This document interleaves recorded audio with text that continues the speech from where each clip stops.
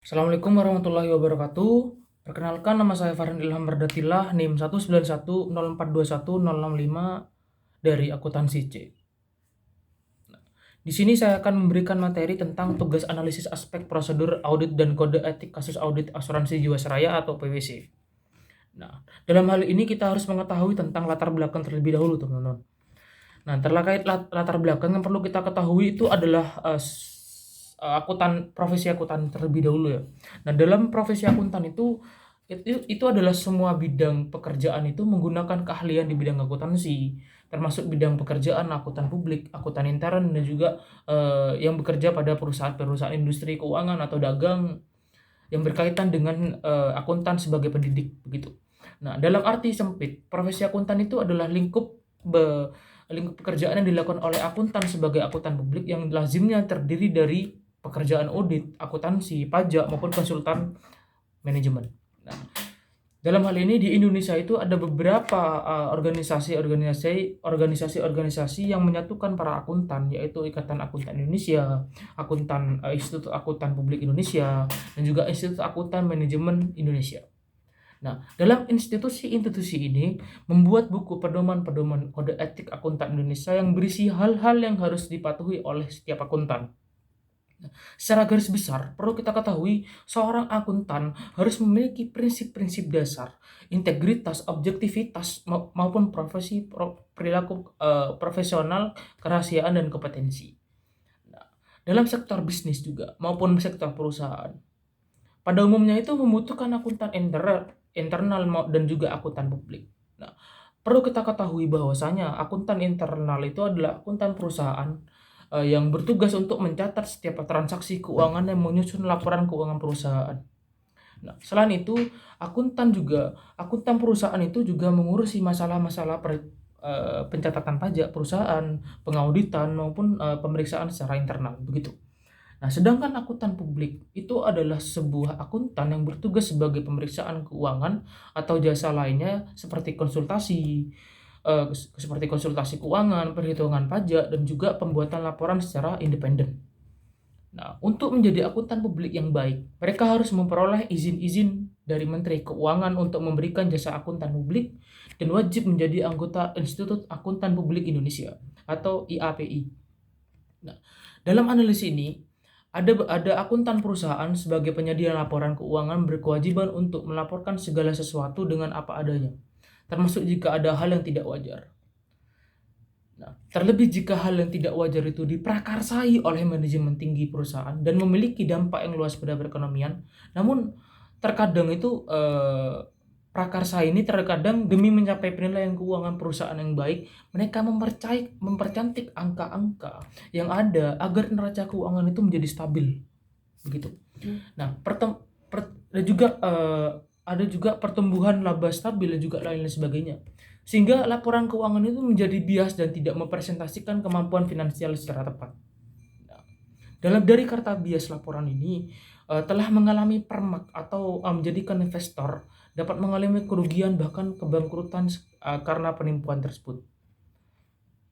Nah, dan dalam hal ini perlu sebuah langkah-langkah perbaikan yang tidak mudah, dan juga kemungkinan besar pihak akan mengalami kerugian yang berdampak kepada investor, kreditor, termasuk para akuntan yang terlibat.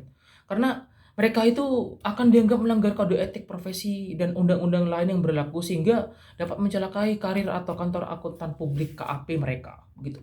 Nah, dalam studi kasus, kita harus mengetahui tentang studi kasus ini.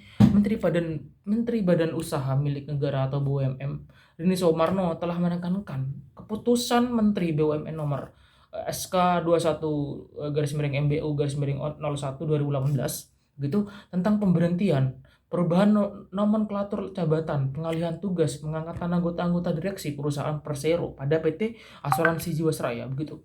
Nah, melalui keputusan ini, Menteri BUMN mengukuhkan pemberhentian tentang hormat kepada Hendrisman Rahim sebagai Direktur Utama terhitung sejak tanggal 15 Januari 2018. Nah, kata beliau pada hari Jumat tanggal 1 bulan 18, terima kasih atas segala sumbangan tenaga dan pikiran selama pemangkuan jabatan tersebut. Dan juga dalam kesempatan yang sama, Rini itu mengubah nomor-nomor klatur jabatan anggota direksi PT Asuransi Jiwasraya menjadi sebagai berikut. Yang pertama, direktur menjadi direktur keuangan. Direktur itu menjadi direktur bisnis retail. Direktur juga sebagai bisnis kelembagaan, direktur SDM, hukum dan juga kepatuhan, dan juga ada direktur teknik begitu. Nah, melalui SK ini pula Menteri BUMN mengalihkan penugasan Muhammad Jamkani yang diangkat berdasarkan keputusan Menteri BUMN nomor SK 226 MBU 11 2015 pada tanggal 11 November 2015. Yang semula itu sebagai direktur menjadi direktur SDM umum dan kepatuhan PT Asuransi Jiwasraya. Dengan masa jabatan meneruskan ini, sisa masa jabatannya itu sesuai dengan keputusan Menteri BUMN tersebut. Nah, serta mengangkat nama-nama tersebut itu ada beberapa direksi PT Asuransi Jiwa Persero seperti Hendra Yono sebagai direktur keuangan dan juga beberapa hal pendamping struktural PT Jiwasraya begini.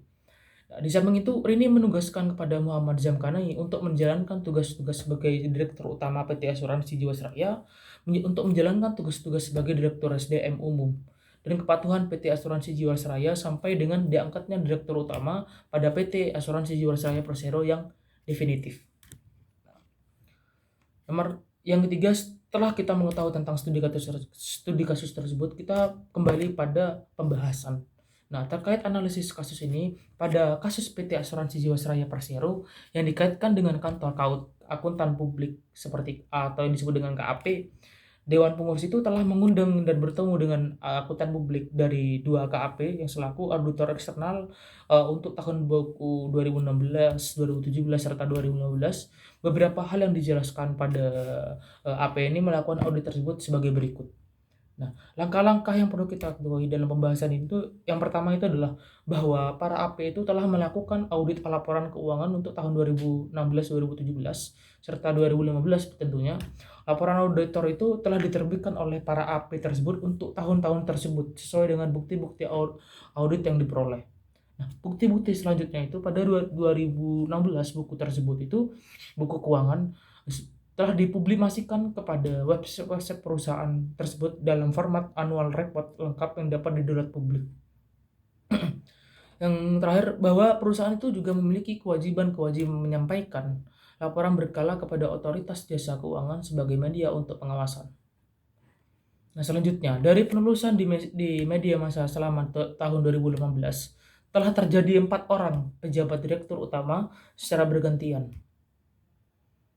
Nah, serta perusahaan itu menurut pemberitaan mengalami kesulitan likuiditas untuk membayar klaim-klaim pelanggaran atas kewajiban jatuh tempo karena perusahaan itu sebagai badan usaha milik negara tidak ingin mengalami cut loss atau ketika melakukan pelepasan atas investasi yang turun nilainya itu akibat kondisi pasar. Nah, dalam hal ini kesimpulan pada penutup ini yaitu dalam ketentuan peraturan-peraturan perundang-undangan yang berlaku, laporan keuangan yang tanggung jawab itu direksi dan dewan komisaris perusahaan, penjelasan pada pasal 69 ayat 3 Undang-Undang Nomor 40 Tahun 2007 tentang perseroan itu terbatas menyatakan bahwa laporan keuangan yang dihasilkan harus mencerminkan keadaan-keadaan yang sebenarnya dari aktiva, kewajiban modal dan hasil usaha dari perseroan. Nah, dan juga pihak direksi dan dewan komisaris mempunyai tanggung jawab yang penuh akan kebenaran isi laporan keuangan perseroan.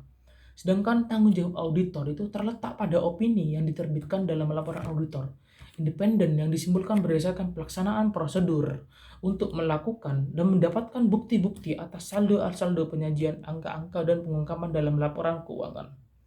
Terima kasih, mohon maaf bila ada salah kata dari saya. Saya Farhan Ilham Berdatillah. Wassalamualaikum warahmatullahi wabarakatuh.